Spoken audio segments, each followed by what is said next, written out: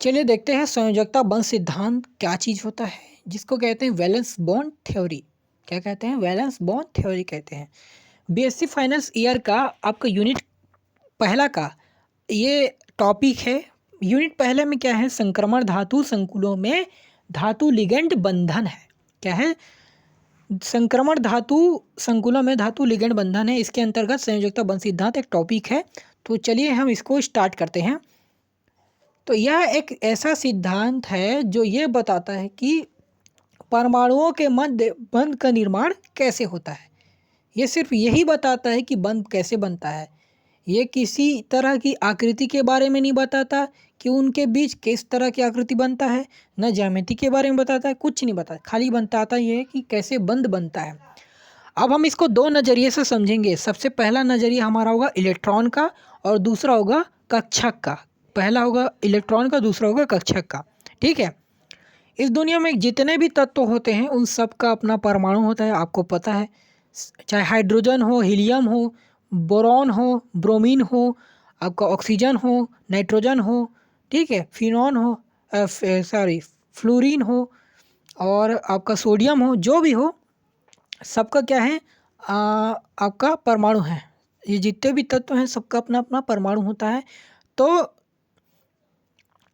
इन सब के जो परमाणु होते हैं वो एक्टिव रहते हैं, सक्रिय रहते हैं और उनको उदासीन होने के लिए किसी अन्य परमाणु की आवश्यकता होती है। या तो वह अपने ही परमाणु से क्रिया करेंगे, अपने ही तत्व के अंतर्गत जो परमाणु हैं, जैसे कि हाइड्रोजन हाइड्रोजन से ही क्रिया करेगा, या तो हाइड्रोजन किसी अन्य परमाणु से क्रिया करेगा, अन्य तत्व के परमाणु से क्रिया करेगा।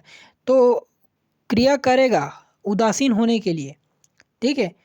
तो वो क्रिया कैसे होती है? इलेक्ट्रॉन के साझेदारी से होती है या कहें ओवरलैपिंग से होती है, यानी कक्षकों के आंशिक रूप से मिलने से होती है। दोनों तरह से बोल सकते हो।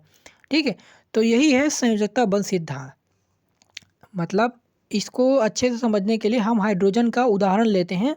हाइड्रोजन जो है उसको लिखते हैं एच से, लेकिन हम एक्चुअल में लिखते हैं H2 लिखते हैं, क्योंकि सिंगल एच जो है वो नहीं होता है, क्योंकि वो एक्टिव रहता है और उसको उदासीन होने के लिए एक और एच चाहिए। तो एक और एच चाहिए तब जाके उदासीन होता है, तो H2 लिखते हैं।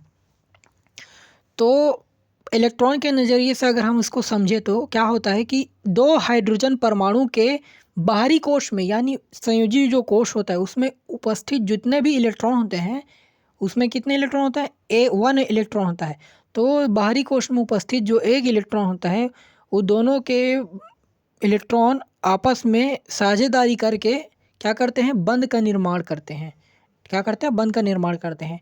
ठीक है। इस तरह से एक अणु बनता है या एक यौगिक बन सकता है।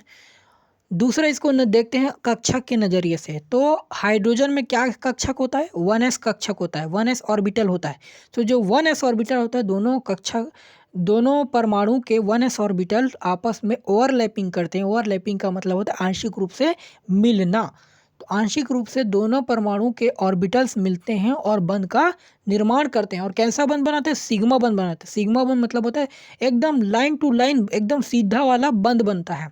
तो इसी को कहते हैं सिग्मा बंध।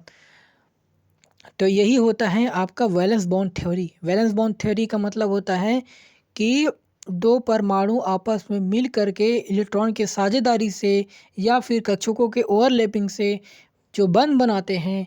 ठीक है। तो यह जो सिद्धांत है वही है आपका वैलेंस बॉन्ड थ्योरी। ठीक है। तो वैलेंस बॉन्ड थ्योरी मतलब इलेक्ट्रॉन के साझेदारी या कक्षक के ओवरलैपिंग से बनता है। ठीक है। तो यही एक सिद्धांत है जो यह बताता है। धन्यवाद।